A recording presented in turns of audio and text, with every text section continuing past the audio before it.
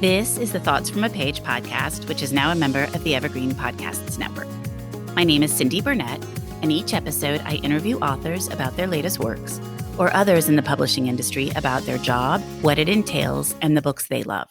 For more book recommendations, check out my earlier episodes and my website, thoughtsfromapage.com, and follow me on Instagram and Facebook at Thoughts from a Page. Thanks to Maggie Garza of HTX Real Estate Group for sponsoring the next 6 months of my podcast. I just posted my first Patreon bonus episode yesterday. You can check out the benefits I am offering through the link in my show notes. I hope that you will join us. Today, I am interviewing Chantel Guertin about INSTAMOM. Chantel is a Toronto-based beauty expert and television personality, well known to audiences of Canada's #1 daytime talk show, The Marilyn Denis Show, and a frequent guest of morning news shows. Previously, she worked as a beauty editor at fashion magazines. I hope you enjoy our conversation. And now for a quick break. For the last year, I have been focusing more on my health and eating habits. In connection with that, I have started drinking AG1 in the morning. When I started drinking AG1 daily, I could feel a real difference in my health and energy levels. That is because AG1 is a foundational nutrition supplement that supports your body's universal needs like gut optimization, stress management, and immune support. Since 2010, AG1 has led the future of foundational nutrition, continuously refining their formula to create a smarter, better way to elevate your baseline health. I recommend AG1 to all of my family and friends because the company has a team of doctors and scientists. It is tested for 950 contaminants and is NSF certified for sport. It is formulated based on the latest science, and it maintains high quality standards. Thanks AG1 for sponsoring my show. AG1 is a supplement I trust to provide the support my body needs daily. If you want to take ownership of your health, it starts with AG1. Try AG1 and get a free 1-year supply of vitamin D3K2 and 5 free AG1 travel packs with your first purchase. Go to drinkag1.com/thoughtsfromapage. That's drinkag1.com/thoughtsfromapage. Check it out. And now back to my show. Hi, Chantel. How are you today? I'm great, Cindy. How are you? I am great also, and I'm really looking forward to talking about INSTAMOM. Well, why don't we start out with you just telling me a little bit about the book? Sure. So INSTAMOM is the story of Kit Kidding, and she is proudly child-free by choice. So she's really gone down a path creating this world for women who have decided that they don't want to have children. So she's written a book that's called Kid Free Forever. She goes on speaking tours. She's created these no kidding groups where women can meet, have a great dinner and meet other women like them. So that when you're in that age where all of your friends are having children and you sort of feel a little bit lost if you're not, that kind of late 20s, 30s age, she really has created this world where these women can find each other and have friendship. So she's also an Instagram influencer. So she shows that child-free life on Instagram as well. So her entire world is about not having children. And she meets a man named Will, a very sexy chef, and she falls for him only to learn that he is a single dad. So in a word, it's a deal breaker. And so she's thinking, I have built this entire realm around being child-free. And, I'm so happy about it. And now all of a sudden I may be involved as someone who has a child. What am I going to do? That's right. So it's not only the idea of dating someone, right? Which is, in itself, you're sussing them out and are they a fit with your lifestyle? It's a huge question for her. It's not only her career, but more importantly, it's the life that she wants to have. And so there's a lot of questions that she has to ask herself and answer while, really being in love with this man. Well, I'm so interested in the term child-free. I actually love it. I think it's a great way to phrase that, but it's not something I had really encountered, I would say, until the last year. Is it just slow to reach my ears, or is that a newer term? I think it's probably a newer term. And, when I was researching, I wanted this to be sort of who Kit is. So I was reading a lot of articles and I kind of started to search it. And what I did realize, of course, and I had thought about this before, a lot of times people say childless. And so the idea with childless is that you're missing something. So child free makes it a choice, and it is a choice. And that's what I found was really, really interesting. And when I started to read a lot of articles from women who chose to be child free, you really start to see this perspective, right? That if someone were to say, like, oh, I'm about to have a baby, like, or my husband and I are thinking about getting pregnant, or in whatever way it is, no one would ever just say to that person, are you sure? Right? But if you Right. say, I'm not going to have kids, it's so common to say to that person, are you sure? So I liked this idea of child free. I'm glad that this is sort of gaining more popularity because it's really a mindset. And I think it's really important to understand that women who choose this have chosen this. It's their choice and it's okay. I think that is why I like that term, child free. Definitely sounds more like a choice, more like something you've decided to do versus childless makes it sound like you just couldn't have children. And there are plenty of people who choose not to have children. That's exactly it. And there is a difference. You're totally right. And I think we often don't know, right? So whether someone has chosen not to have children or they can't have children. And so it's a lot of those things can be very touchy subjects. I agree with that. And so I think it's just the best thing to do is just be careful. But also, I think, I don't know, because I've had this conversation several times with authors and a friend of mine lately, and it would just never occur to me to like grill somebody about not wanting to have a child. I mean, I think everybody should make the decisions they want to make for their own lives. You know, everybody approaches those things differently. And for me, if somebody says, I don't want to have a child, I would be like, okay, versus trying to be like, are you sure? Or trying to convince them or making them feel bad about it. That just is so bizarre to me, like not a good way to treat a friend. Yeah, I think that's right. And I mean, maybe on some level, if you're a mom, I'm a mom, you want your friends to be in it with you as well, because I think it's easier to relate to other people. But for a long time, I actually was child free and I had all my friends had kids. They never tried to coerce me either. I'm sure part of it is I would say probably the most grief that people get when they choose not to have kids is from their parents, right? Who want to be True. grandparents. Right. I think there's also that idea when people say, like, oh, you'll change your mind. And I think that is, never say that to someone who doesn't want to have children or isn't sure, because it's so, you would never say that about anything else. Like, oh, what career choice you have or going to a restaurant. You would never act as though a grown woman isn't sure of her own choices. And I think that is probably just so hurtful. Well, and condescending, Hmm. like I know better than you know. Right. For you.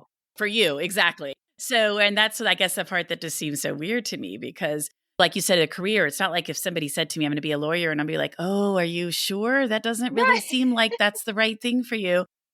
So I think, yes, I think you're right. It's just always funny to me when people make some of the comments they do. But I think you're right. Relatives, parents, things like that, that's probably more likely where the pressure will come from.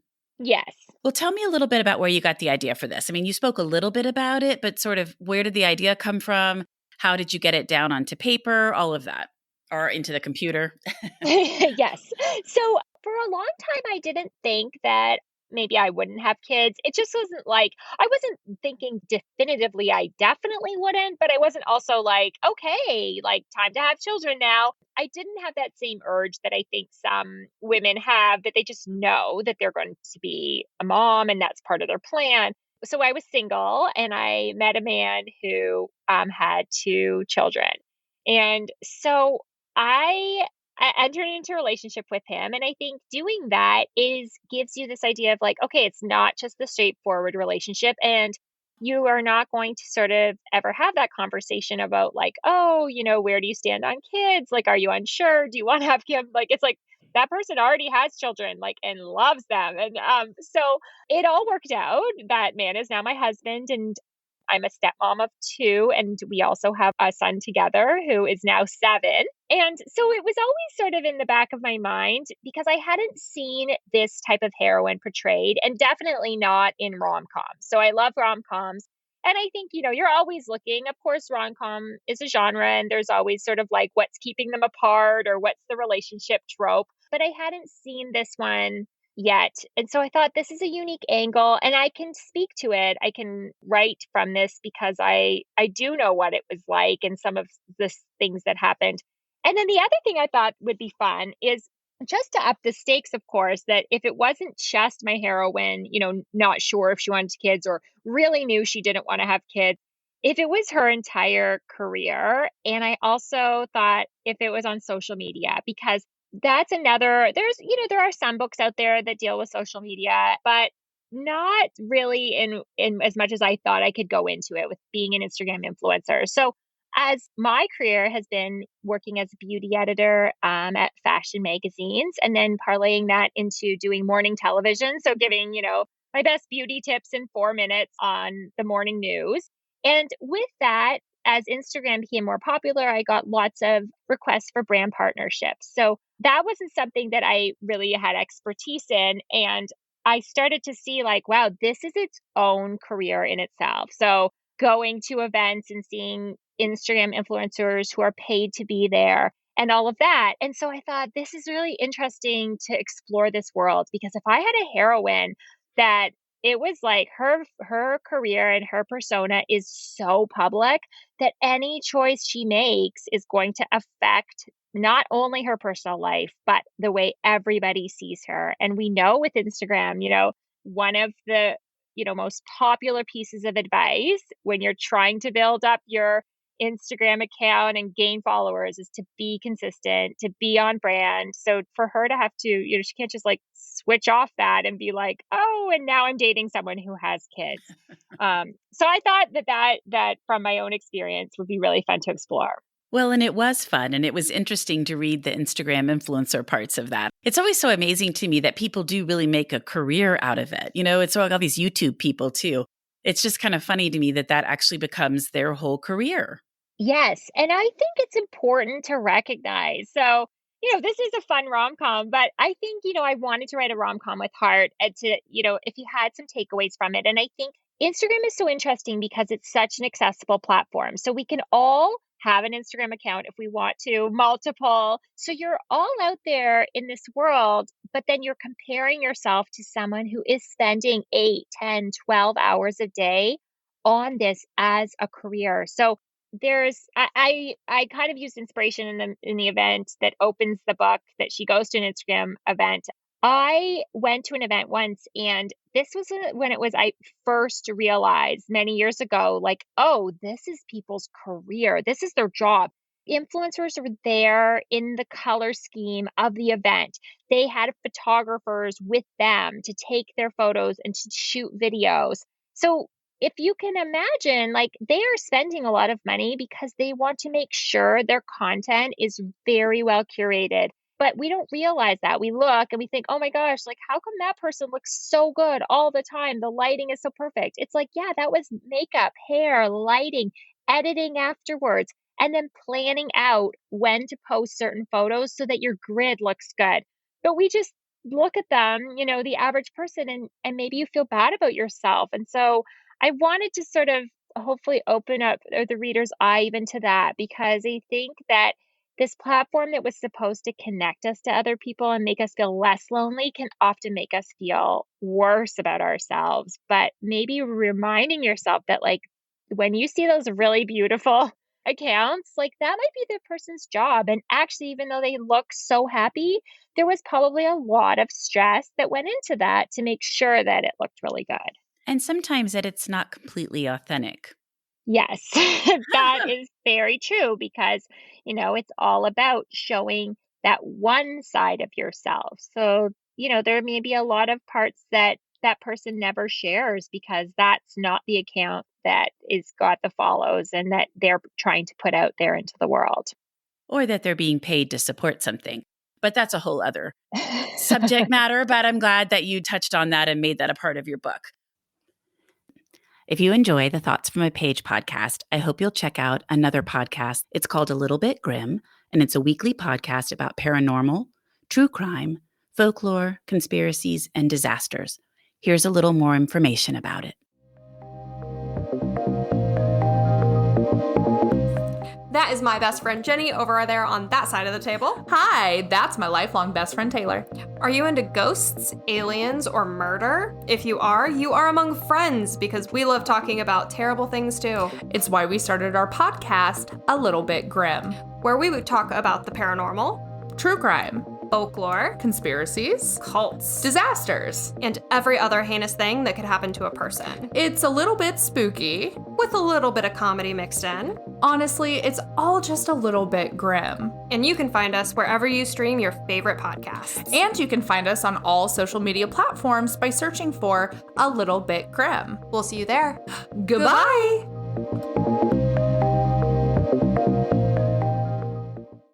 What about the title? Tell me how that came about.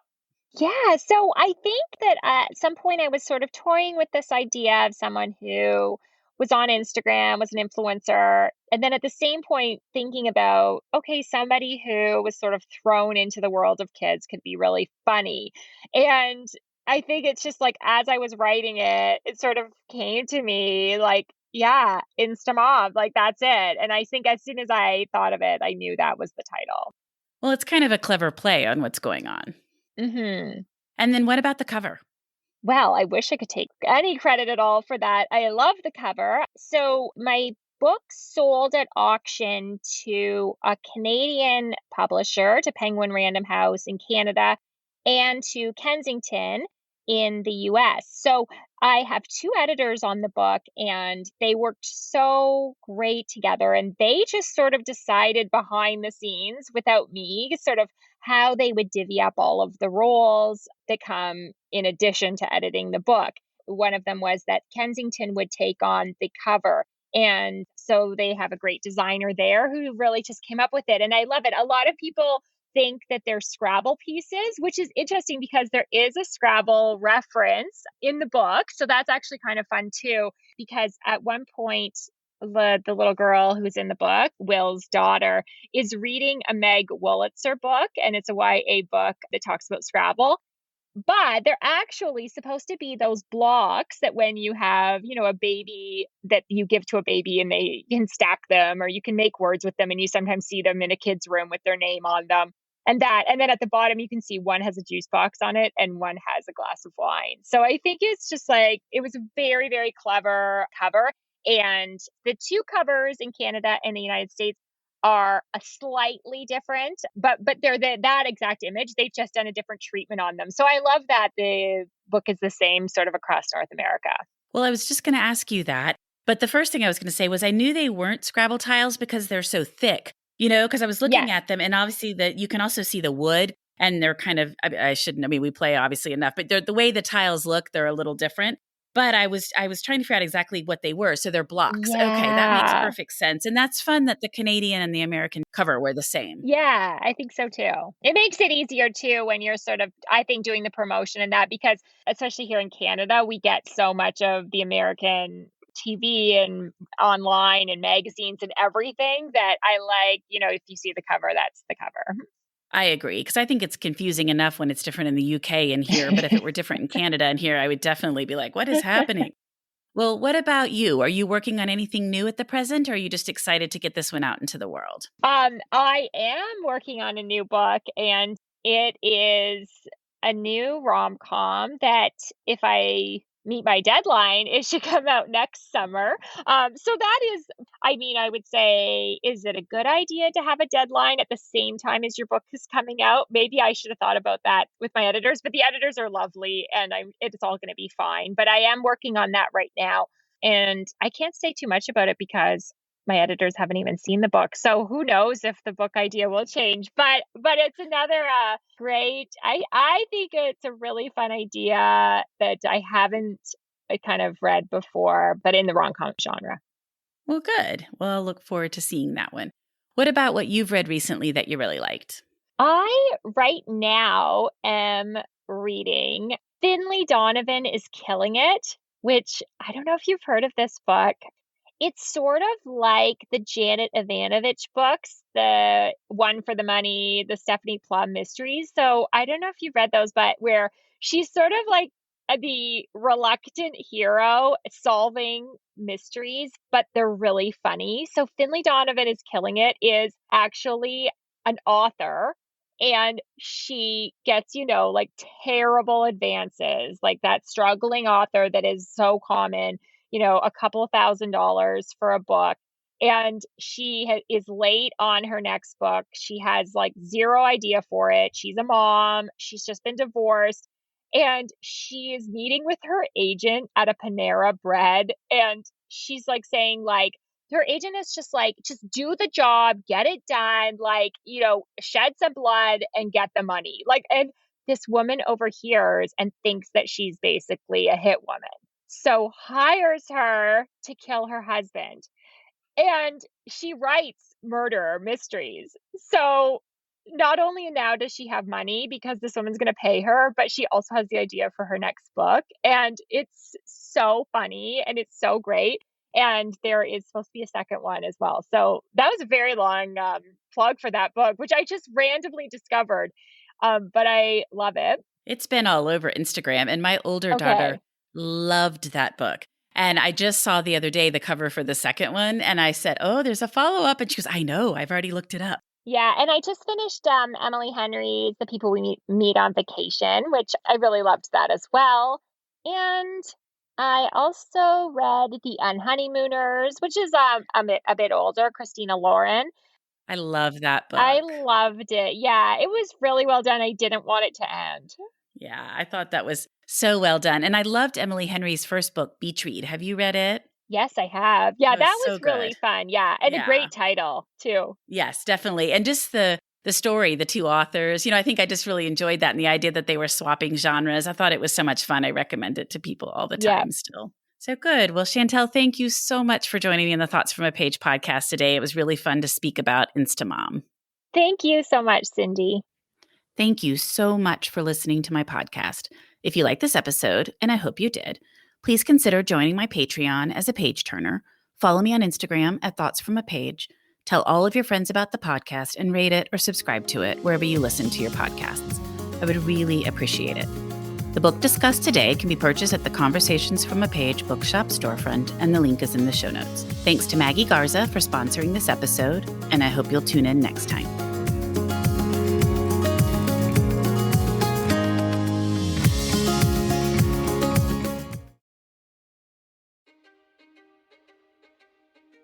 History is complicated. The story of human progress is long, messy, and riddled with controversies big and small. On Conflicted, we dive headfirst into history's most infamous events and contentious figures. We try and untangle the good from the bad, the fact from the fiction, and the monsters from the misunderstood. Was Genghis Khan a murderous butcher or a civic pioneer? Did the Allied powers go too far in firebombing the German city of Dresden at the twilight of World War II? And how did the Marquis de Sade acquire such a sinister reputation? And was any of it true? These are just a few of the tough questions we wrestle with and investigate on Conflicted. So if you love history or just enjoy a good story, please join me, your host, Zach Cornwell, for a fascinating new topic each and every month. Conflicted, a history podcast, is available on Spotify, Apple, or wherever else you get your podcasts. I hope to see you soon.